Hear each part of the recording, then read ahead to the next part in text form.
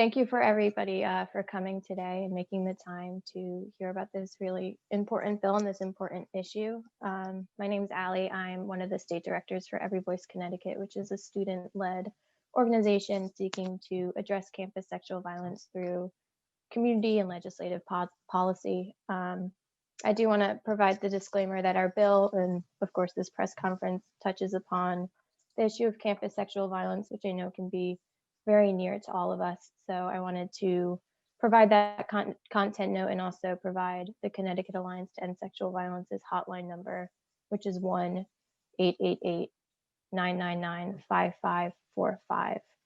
So thank you everybody for coming.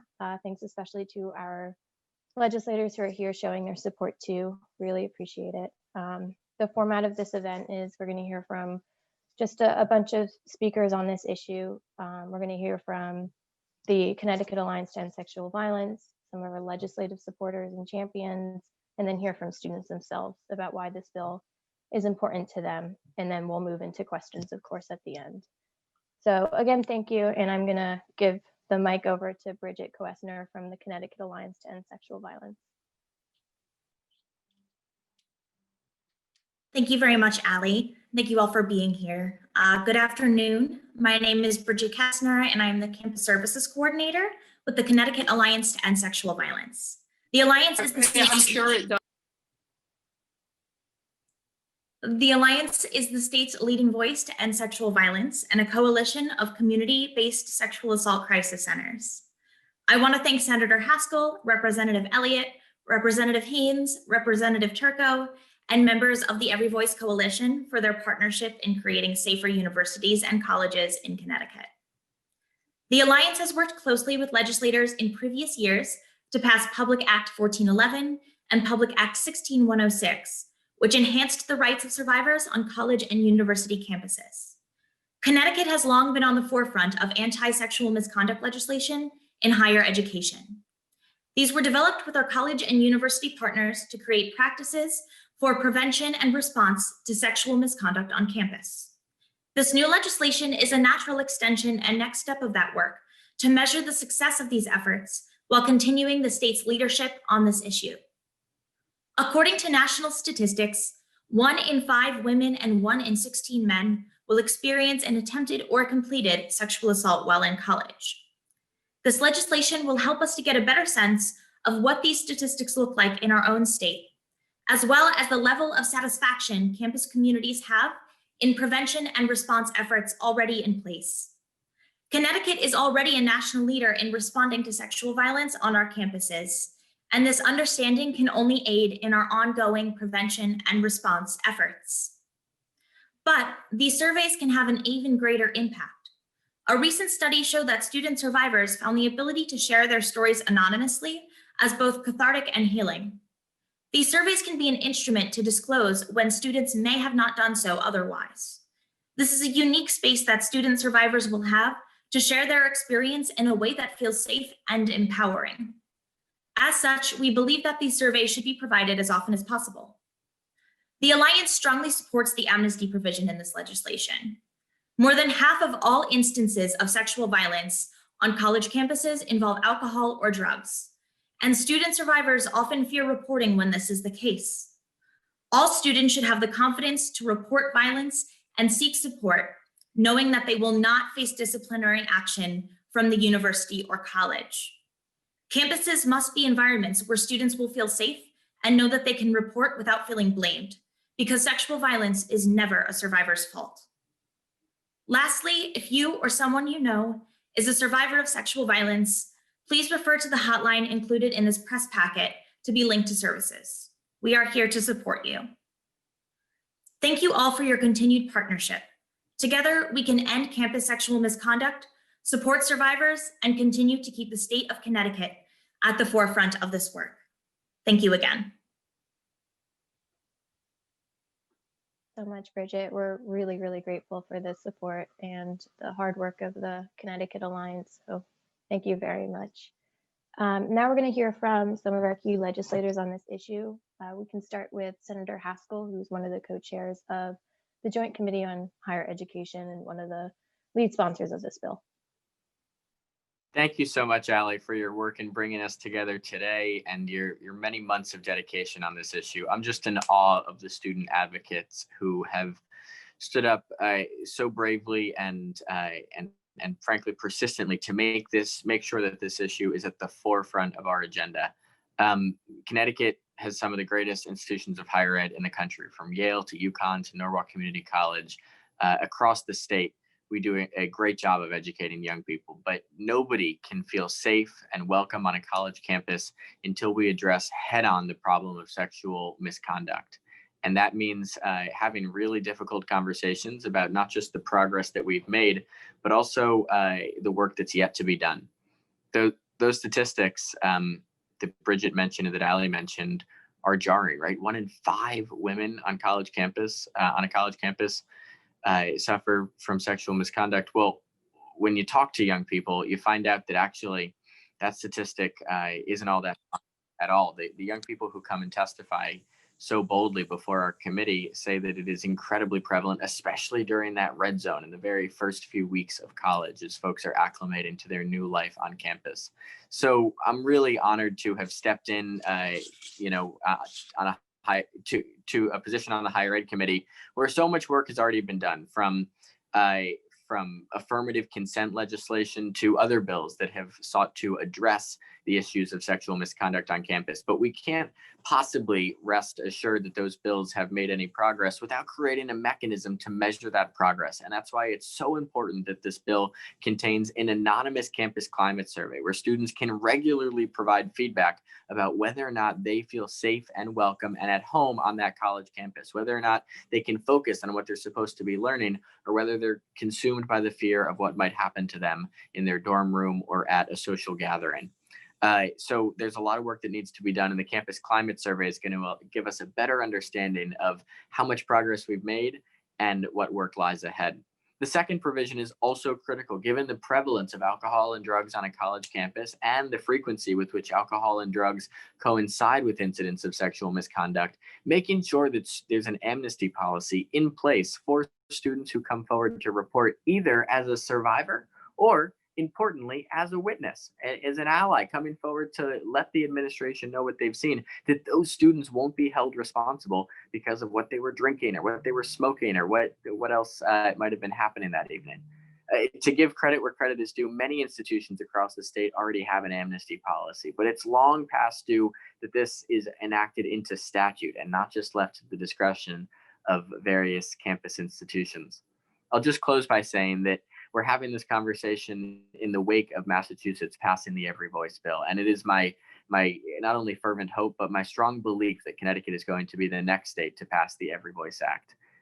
It's time to address this issue head on, and I'm just so grateful that the students brought us together. And I also want to say just a very brief word about the fact that we've got assembled today, and I know there are even more names who want to co-sponsor this bill, an incredible bipartisan array of legislators, such wonderful advocates who work on different issues all across the building, who are going to help us bring this bill across the finish line. I think we can all agree, regardless of your political beliefs, that this is a moment where we need bipartisanship more than ever. And the fact that we're able to come together in this committee, I know speaking next will be the ranking member, Irene Haynes, who I'm so excited to work with.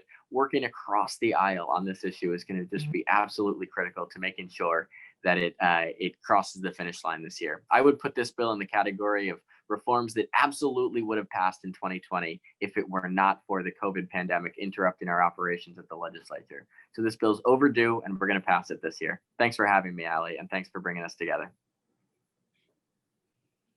Thank you so much, Senator Haskell, for your leadership on this issue. So next we'd love to hear from Representative Irene Haynes, and also an incredible advocate for this bill. Hi there. Good afternoon, everyone. Yes, I am Irene Haynes, and I represent the 34th District, which is East Haddam, East Hampton, and Colchester. But today, I am lucky enough to help represent all college students in Connecticut with this important legislation, the Every Voice Sexual Violence Bill. I'm here advocating as part of a bipartisan effort, as Senator Haskell suggested, that this is totally bipartisan. Violence prevention and supporting survivors and witnesses to keep college campuses safer and to make college campuses accountable to the voices of their students. This student-led bill has been endorsed by both the College Republicans of Connecticut as well as the College Democrats of Connecticut. Legislators from both sides of the aisle are here today on this call, and others will be sponsoring and supporting this bill. This successful legislation comes at a great time in our history. It's during a time when bipartisanship is lacking in our country as a whole, but we know that here in Connecticut it is found, and legislators and students are coming together to make good things happen. And I'm looking forward to seeing that this bill does make it over the finish line. So thank you so much, Allie and Bridget, and all of you who are working so hard and diligently for it. I look forward to working with Senator Haskell and Representatives Elliott as well as Turco to get this thing through our higher ed and get it on the floor of the House to be passed, and then obviously on to the next step. So let's get going here. It's a great bill. We need to do this. Thank you so much, Representative Haynes. Next, we'd love to speak with Representative Elliott, one of the other co-chairs of the Higher Ed Committee, and again, another incredible advocate on this bill and this issue. Thank you, Allie. And I just want to again shout out, along with what my co-chair, Senator Haskell, mentioned, is that ranking members, Representative Haynes and Senator Witkos are so helpful with this effort, and just letting everyone know that we're all in this together, that this is something that we can all get behind. It's a survey. and the great thing about this is that we can be data oriented when it comes to sexual assaults on campuses, and we can recognize trend lines, and we can recognize where the problems lie, and that will allow us to be more proactive in terms of coming up with measures to ensure that we reduce sexual assault by as much as we possibly can. Again, the only way we can do that is by having as much information at our disposal as possible. And for so many folk that go through the college experience and feel voiceless, this is an opportunity for people to feel as though they have a voice. And it can also act as an opportunity of an educational component as well, in terms of people coming onto campus for the first time, and as Senator Haskell said, being in the red zone in that very specific time period of having more autonomy than you've ever had, but not recognizing the pitfalls that can come with that, and having something as simple as a survey that acts as an indicator of what is out there and what to be aware of, I think can be an incredible tool, not just for people that are looking to create an environment that is safe for people, but also to let people know when there are things to look out for. And the amnesty provision to ensure that people can step up and help prospective survivors, so that they never have to be in a position to be a survivor, is so important as well. I think that these two aspects of this bill that have been in the works for a few years are just so obviously needed. And I commend all the students that are working with Every Voices in terms of their advocacy. And this has been on my radar for a few years, and I'm gratified now to be in the position that I'm in as chair of higher ed to ensure that we see finality here through our committee, and then ultimately on the floor of both the House and the Senate. So I'm excited to work with all of you. I'm excited to see that there's so many of our colleagues here today as well in support of this bill. I'm sure that we're going to see more co-sponsors for this bill than a number of other measures that will be coming through the chambers this year. And I thank you all for being here. Thank you so much, Representative Elliott. Last, before we turn it over to students, Representative Turco to speak on this issue. Thank you very much, Allie. I'm Representative Gary Turco, represent the 27th District in Newington. And I think my colleagues covered things really well on why this bill is needed and the different components of it. So I don't want to be repetitious. But let me just say, when we're at the Capitol, sometimes we're looking at a lot of paper, we're looking at a lot of numbers and data and facts and stats. And I try to keep in mind that, underneath everything we do, there are people. And I remember last year's press conference, which we're about to hear, and I remember during our public hearing in the Higher Education Committee, the stories that I heard from men and women that have been victims of sexual violence, sexual assault on college campuses. Right here in Connecticut, a state that I just love to be a part of. And this is happening, and it's happening regularly, as we all know. And they're heartbreaking. And we want to have, we already have the best and the brightest minds of college students than maybe any state in the nation. And we're trying to build a system in our higher education committee to have the best colleges and university that rival any state in the nation. And we cannot do that successfully unless all of our students are remain safe, and we greatly reduce, diminish, and get rid of sexual assaults from happening. So this is a great step forward. I think we probably even have more work to do in years to come once we get all of this data to find out where the problems are and how we're going to solve them. But this is a great first step. This needs to be one of our top priorities for this entire legislation, along with everything we're doing to battle this pandemic. But this is another top priority. So thank you for inviting me to speak here today. I think by all of these legislators you have here and this bipartisan coalition, you're going to have a strong group of people fighting with you to help get this done. But we're sorry of everything that every victim has gone through, and let's work together to prevent future victims in our state. Thank you. Thank you, Representative Turco. Really appreciate your support since the beginning when this bill was filed last year, and want to I know we heard from 4 incredible legislators, but I also want to just shout out the other champions that we have on this issue. I see Majority Leader Duff is here, so thank you for coming, and Representative Farrar, Representative Wielander, Representative Belinsky. There's just so many to mention, so thank you all for your support. So as I mentioned, Every Voice Coalition, and this bill is really uniquely student-centered and student-led. So it's only fitting that we pass it over to hear from the students directly impacted by this issue. So I'm going to have 3 students from Connecticut speak on why this bill is important to them. I think we're going to start first with Stephanie Elisant from Central Connecticut State University to speak on why this bill speaks to her and why it's important and needs to get passed. Hi, thank you, Annie. Hi, everyone. My name is Stephanie Elisant, and I'm a sophomore at Central Connecticut State University. And I would like to share a personal story about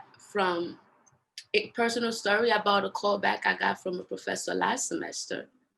I tried contacting him during normal office hours about some concerns I had with the program. I did not reach him. However, he called me back around 11 p.m. I guess that was from his cell phone.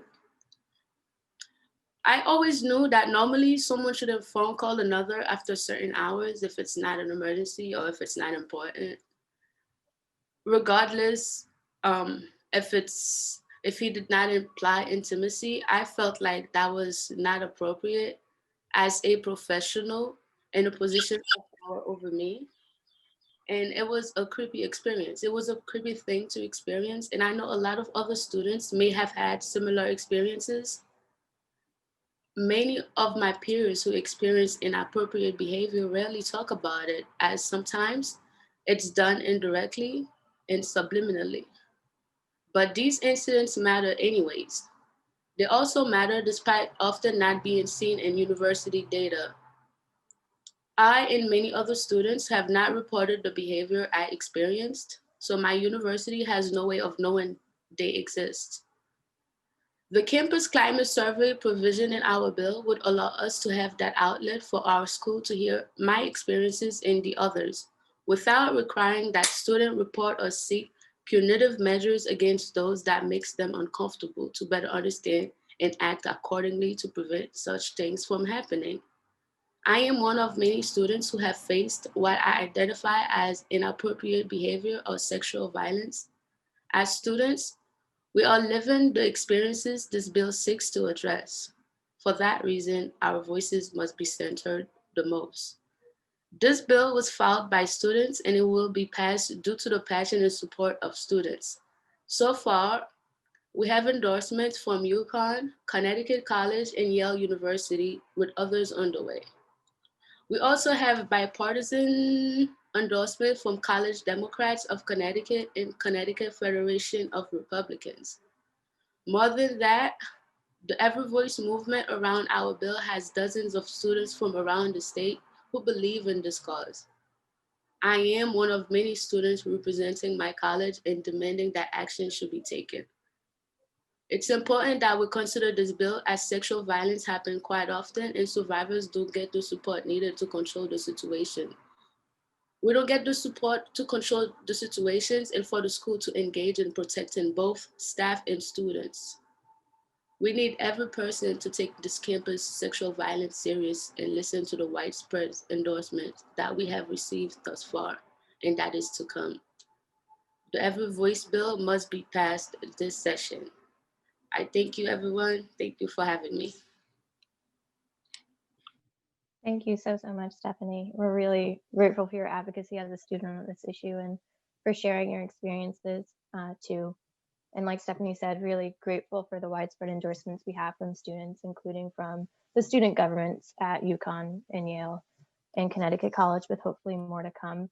I also want to shout out more of the legislators that were here, because the Zoom is large, so I didn't get to see all of them while I was ratting them out.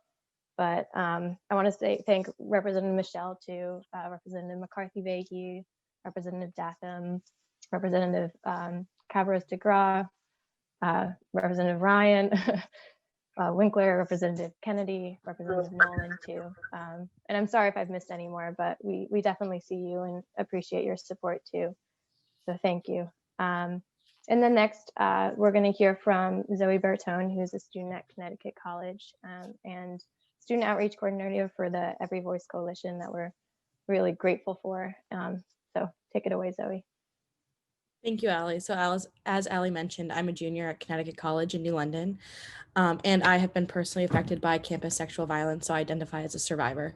So as we all mentioned, this work is grounded in survivors, written by students, and we know kind of what we need best, right, as students. So thank you so much for being here and taking the time to understand this issue.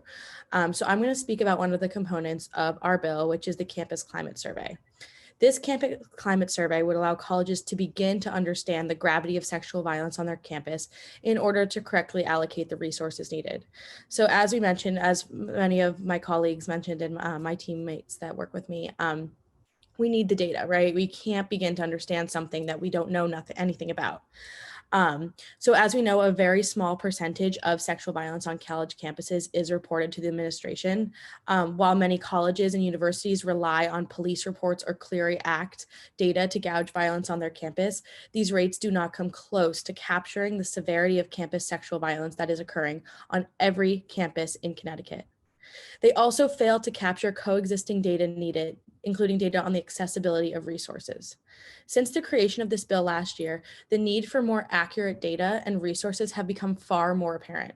As some of you may be aware, this summer, almost every Connecticut university had a survivors page where survivors could share their story. For many, this was the first time they would share their story, and many of them expressed a want and a need for more from their universities and from their states. Many of these survivors also felt like they were able to speak through the anonymity of the Instagram account, something they could not find elsewhere. As Bridget from the Alliance mentioned, this survey would allow survivors for a better avenue to disclose their experience anonymously while being supported by their university. With our bill, this survey will be administered every 2 years, which is best to support all students around our state. Our biannual campus climate survey will now better protect community college students and students who may have not taken the traditional 4-year university path, who still deserve the same protections for their experience to be heard and channeled into actionable responses. This change increases the inclusivity of our bill. This biannual campus climate survey will also help alleviate the gaps in data for transfer students and provide more time for students to understand what happened to them and report it during their survey. As Senator Haskell mentioned, the red zone is the most prominent time for students to be affected by sexual violence. For example, if a student is affected by sexual violence during this red zone and the survey is administered that same year, they may not have had enough time to fully understand what happened to them and therefore would fall through the cracks of the data. Every survivor matters. Every story matters. Let's let our bill and our legislation reflect that. Thank you so much. Thank you so much, Zoe, for sharing and for those powerful words, and again, for all that you're doing as a student for this issue. Super appreciate it. So now for our last student speaker, I want to pass it to Sarah Thakor, who's from Yale and is going to speak more specifically to the importance of our amnesty provision in this bill. Hello, everyone. As was mentioned, thank you very much for coming and showing your support. I'm Sarah Thakor, a junior at Yale University, and I'm here today to talk about the importance of the amnesty policy and the Every Voice Act. Before diving into the specifics of this policy, I'd like to share a story that's far too familiar for many college students out there. You're at a party with your friends, songs are playing, you're young, happy, thriving, the world is yours, and you're having a couple of drinks here and there, and suddenly you feel a graze in the small of your back. You notice that when you push it aside, you're here to have fun with your friends. After a long week, you're here to take a break, but yet again you feel this graze. Yet this time it turns into a grab. You turn into the sea of people and see someone looking at you with a smile. You smile back and turn back to find your friends. But people have filled in the gap and they're nowhere to be seen. Now is when you start freaking out. You can't find the people you came with, you're a couple of drinks in and clearly aren't very sober, and then it happens for a third time. Yet this time they grab you by the waist and start talking to you, push you up against the wall. You don't know what to do. You're looking for a way out, but as time passes, you feel more and more inebriated, and the more and more you can't resist. The next thing you know is you're being touched in places you never agreed to in the first place. I shouldn't have drank that much. This is my fault, you think, as the memories slowly begin to fade. The first time I was assaulted, I was 13 years old. Please notice this at the first time. Although this had happened on the college campus, the impact lasted a lot longer than I ever thought it would. The idea that it was my fault, that I should have been stronger, pushed them off more, been more direct, haunted me for years to come, and still does. When similar incidents happened as I grew older and substances were involved, I'd always end up blaming myself, that I could have done better, that I shouldn't have been as inebriated as I was. This is why the amnesty policy is crucial for the Every Voice Act. The amnesty policy does not penalize students who are under the influence of alcohol or drugs and impacted by violence. This allows students to report without fear of being penalized. This is especially important given the prevalence of drugs and alcohol on college campuses, especially in instances of campus sexual violence. Every single student deserves the opportunity to report or share their experience without the fear of being penalized or stigmatized. This policy sends a strong and powerful message against victim blaming for not penalizing the students who are under the influence of drugs or alcohol at the time of violence. Schools send a message that no student is at fault or punishable for the violence that occurred against them, no matter the circumstances. Let's do our best to make sure that young students never blame themselves for sexual violence that they have experienced. It's our duty to make sure college students feel safe and comfortable on the campus that they are on. Thank you. Thank you so much, Sarah. You're completely right. The instance of drugs and alcohol in somebody's experiences with violence should not bar them from reporting or seeking support or deem them any less worthy of that support. So thank you. For the legislators who are on this call, I just want to share the update about where our bill is at currently, which is that it was raised as a committee bill on Tuesday and is, going through the language process, but will hopefully be in the system with its new docket name sometime next week, awaiting co-sponsorship. We're going to open it up now to a Q&A to hear anybody's questions on this bill, especially for the students here with the unique experience of being able to ask and listen to the students who are affected in the state. So I think given the size, if we could use the raise hand feature, that would be productive. So with any questions, please feel free to raise your hand.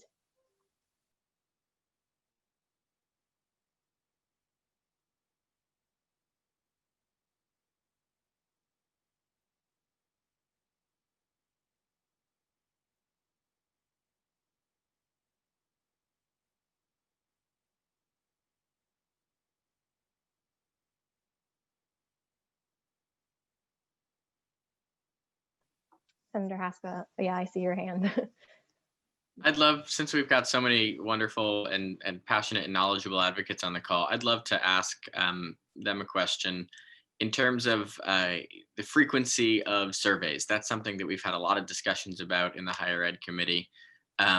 I'm wondering, sometimes administrators tell us that there's survey fatigue on campus and that if you receive too many surveys, you might not fill out any of the surveys. And I understand that argument, but I'm curious. I also understand the need to have very regular and frequent anonymous opportunities to share your experiences on campus. So I'm wondering if the students want to say a few words about that. And I'm always eager to learn more about this issue. I honestly understand both sides of the argument, and I just would love to hear from you.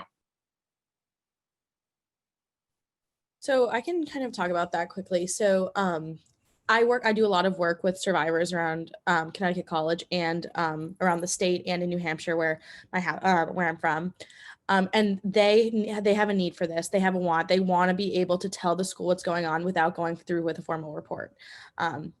I haven't heard a single person that's been like, I mean, right now there's not even a campus climate survey, but they want the ability to report, to come forward so that they can have the resources allocated without having to go forward through different, like, I don't know. If they go through with something formal, it obviously looks a lot different. So I totally understand the whole survey fatigue. I'm a college student, right? There's always surveys, but this one takes precedence, I think. And through my work with students, I've never seen like this problem arise or think that it will arise. Yeah, thank you, Zoe. Any other student wanna jump in? Yeah, I think Yale implemented 4-year survey, and the survey came out my freshman year, I'm pretty sure.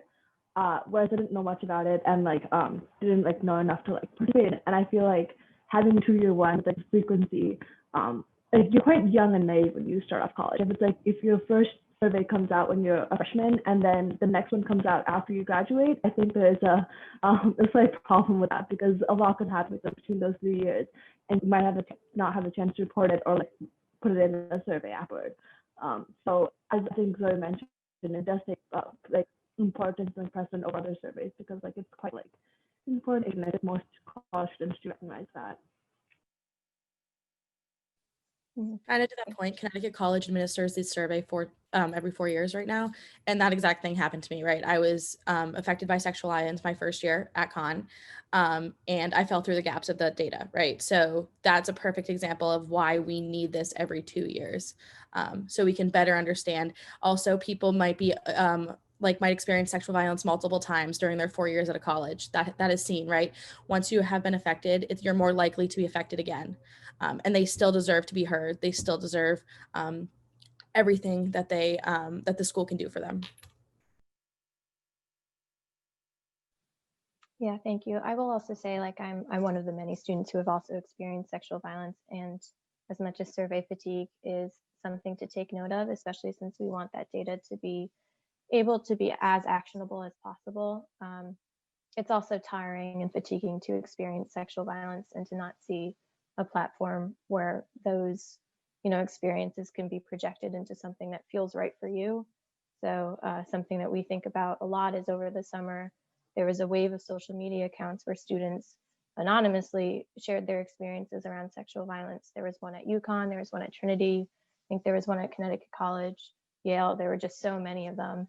And for that, I think we were seeing that students were longing this anonymous platform, but Instagram's not necessarily the platform to share your experiences with violence because, defamation, risks started to arise too. So I think the longing for students to have that that opportunity to just share their experiences and see it go somewhere and not necessarily have to report or seek support in another way, just to have that data serve on its own, I think is something that's really important too as well.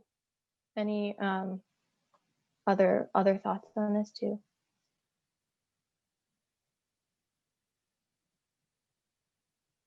I would be glad to jump in quickly, but I would like to leave it up to students first. So if anybody else wanted to jump in before I do, feel free.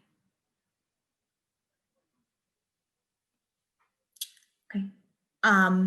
So I think something that we've had some conversations about, I know, Ali, you and I, as well as with Senator Haskell and Representative Elliott, is, some of the more recent research that's been done under the SHIFT study that was done at Columbia University, as well as just feedback that we hear from students like yourselves. These surveys provide an opportunity potentially for catharsis and healing for folks. We know that while there are other campus climate surveys out there regarding other issues, sexual violence is a very different issue, and folks process that trauma in a very different way, potentially, than they experience different things on campus. So we believe that it is important that each of these survivors have an opportunity to provide their story at a time that feels safe for them. So if we have the opportunity to provide catharsis and healing through the opportunity to anonymously share that information with the campus, we would want to be able to provide that as frequently as potentially possible, and recognize this issue as one that is important and one that is very unique and nuanced because of that level of trauma that deserves this sort of attention. Thanks, Bridget, and thank you, everybody. I didn't mean to hog the questions. I just thought I would pose that. No, thank you. It's a good question and something to definitely, collaborate and consider on too. Any other questions?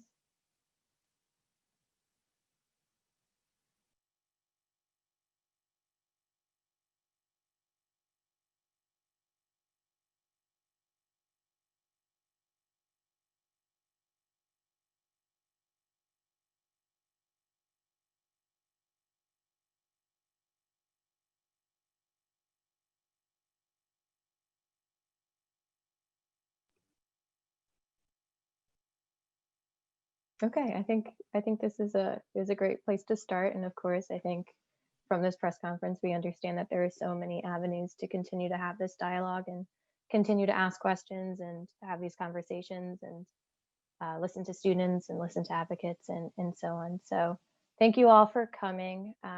With any questions, please feel free to reach out. I can put my email in the chat, and I'm sure, other students, if they would like to, can put their emails in there too, so we can keep this conversation going. So thank you, everybody, for coming. Really appreciate it. And wishing you all a great long weekend.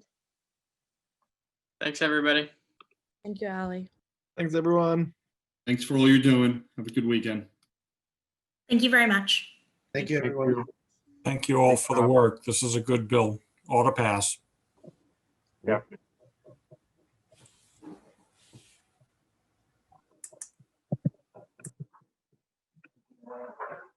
I'll be reaching out to you, Zoe. Sounds good. I look forward to working with you. Thank you, Representative Nolan.